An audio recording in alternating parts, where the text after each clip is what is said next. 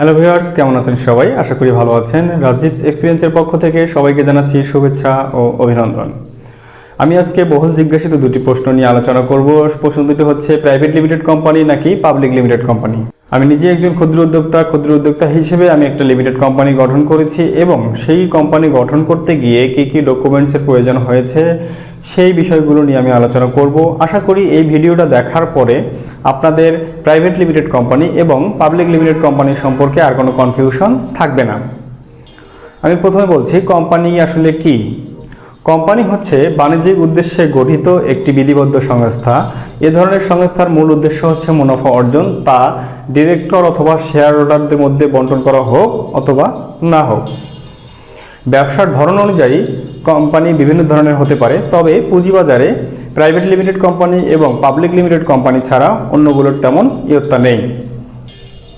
প্রথমে আলোচনা করছি প্রাইভেট লিমিটেড কোম্পানি সম্পর্কে। প্রাইভেট লিমিটেড কোম্পানির নিম্ন সদস্য 2 জন, সর্বোচ্চ 50 জন, মানে মিনিমাম 2 জন শেয়ার হোল্ডার এবং সর্বোচ্চ 50 জন শেয়ার হোল্ডার নিয়ে প্রাইভেট লিমিটেড কোম্পানি গঠন করা যায়। এর চেয়ে বেশি সদস্য সংখ্যা হলে অবশ্যই সেটাকে পাবলিক কোম্পানিতে রূপান্তর করতে হবে। প্রাইভেট লিমিটেড কোম্পানি গঠন করতে এবং পাবলিক লিমিটেড কোম্পানি গঠন করতে সেম প্রসিডিউর অবলম্বন করতে হয়। প্রথমত হচ্ছে সেই কোম্পানির যারা ডিরেক্টর পদে থাকবে তাদের এনআইডি, টিন সার্টিফিকেট এবং ছবি, এই 3টা জিনিস নিতে হয়। তারপরে RJSC-তে নেম ক্লিয়ারেন্সের জন্য অ্যাপ্লাই করতে হয়। নেম ক্লিয়ারেন্সের জন্য অ্যাপ্লাই করতে হয় কী কারণ সেটা একটু ভেঙে বলি। প্রথমত হচ্ছে যদি আপনার কোম্পানিকে আপনি RJSC থেকে নিবন্ধন করান তাহলে আপনার কোম্পানির নামে বাংলাদেশে আর দ্বিতীয় কোনো কোম্পানি হতে পারবে না। আর যদি আপনি নিবন্ধন না করান, প্রোপ্রাইটারশিপ হিসেবে রাখেন, তাহলে যে কেউ ওই নামে লিমিটেড কোম্পানি গঠন করতে পারবে। আপনি গঠন করার পরে আর কেউ পারবে না। আর পূর্বেও যদি ওই নামে কোনো কোম্পানি থেকে থাকে তাহলে আপনি ওই নামে আর কোনো কোম্পানি পাবেন না। যাই হোক, তাহলে আপনারা নেম ক্লিয়ারেন্সের জন্য অ্যাপ্লাই করবেন। নেম ক্লিয়ারেন্সের জন্য অ্যাপ্লাই করার পরে যদি আপনারা নেম ক্লিয়ারেন্স পেয়ে যান, তারপরে RJSC প্রসিডিওর অনুযায়ী বাকি ডকুমেন্টসগুলো জমা দেবেন। ডকুমেন্টস খুব বেশি হার্ড না, অ্যাজ ইউজুয়াল ডকুমেন্টস, একটা নর্মাল কোম্পানি গঠন করতে যা লাগে তাই। দেওয়ার পরে আপনি ফাইনালি 3টা ডকুমেন্টস পাবেন। প্রথম হচ্ছে ইনকর্পোরেশন সার্টিফিকেট, 2 নম্বর হচ্ছে memorandum of articles and association, যেটাকে MOA বলা হয়, আর 3 নম্বর হচ্ছে ফর্ম 12। এই 3টা ডকুমেন্ট যদি আপনি হাতে পেয়ে যান তাহলে বুঝতে পারবেন যে আপনার লিমিটেড কোম্পানি গঠন হয়ে গেছে। তারপরে আসি পাবলিক লিমিটেড কোম্পানি সম্পর্কে।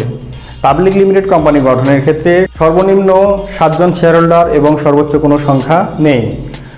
পাবলিক লিমিটেড কোম্পানির ক্ষেত্রে আইন ব্যবস্থা অনেকটাই শিথিল।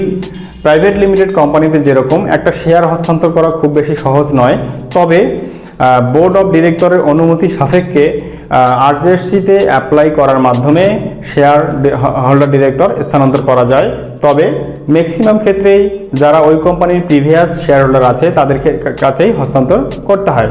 আর পাবলিক লিমিটেড কোম্পানির ক্ষেত্রে কোনো বাধ্যবাধকতা নেই, এটা সবাই কিনতে পারে।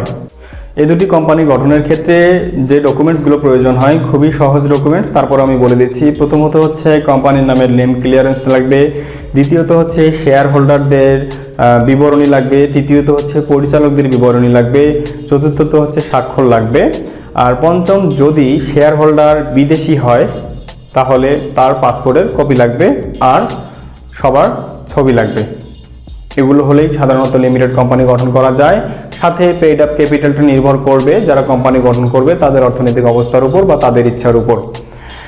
আশা করি এই ভিডিও দেখার পরে আপনারা লিমিটেড এবং পাবলিক লিমিটেড এবং প্রাইভেট লিমিটেড কোম্পানি সম্পর্কে পুরো আইডিয়া পেয়ে গেছেন। তারপরও এই ভিডিও ডিসক্রিপশনে আমি যেটা মুখে বলেছি সেটা লিখিত আকারে দিয়ে দেব, আপনারা সেখান থেকে বিস্তারিত দেখে নেবেন এবং সেই গাইডলাইন অনুযায়ী কাজ করবেন। আশা করি তাহলে প্রাইভেট লিমিটেড এবং পাবলিক লিমিটেড কোম্পানি সম্পর্কে আপনাদের আর কোনো দ্বিধাদ্বন্দ্ব থাকবে না এবং খুব সহজেই আপনারা এই দুটি কোম্পানি যে কোনো একটি ইচ্ছা হলে গঠন করে নিতে পারবেন। ভিডিও যদি ভালো লেগে থাকে লাইক, কমেন্ট, শেয়ার করে পাশে থাকবেন। আর এরকম তথ্যমূলক বিভিন্ন ভিডিও পাওয়ার জন্য আমার চ্যানেলটি সাবস্ক্রাইব করে কমেন্টে জানাবেন যে পরবর্তীতে আপনারা আর কি ধরনের ভিডিও দেখতে চান। আজকে এই পর্যন্তই, ধন্যবাদ সবাইকে।